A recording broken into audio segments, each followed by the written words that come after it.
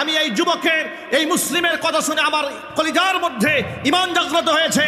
মুসলিমদেরকে বলছি, যতক্ষণ পর্যন্ত ইসলাম এবং মুসলমানদের চূড়ান্ত শত্রু এই তথাকথিত মোদি মুসলমানদের কাছে ক্ষমা না চাবে, আর তার যদি সুষ্ঠু তদন্তের মাধ্যমে বিচার না হয়, গোটা মুসলিম উম্মাহ এই মোদির উপরে থুতু নিক্ষেপ করতে বাধ্য হবে।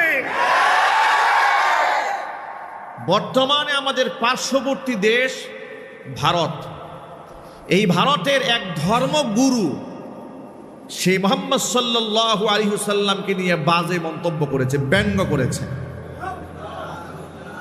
আবার সেই ব্যঙ্গোক্তিকে সেখানকার রাষ্ট্রের দায়িত্বশীল এক বিজেপি নেতা সমর্থন দিয়েছে। এত আস্তে নাউজুবিল্লাহ বললেন। দেখুন, ওদের ধর্মগুরু যে বই পড়ে ধর্ম শিখেছে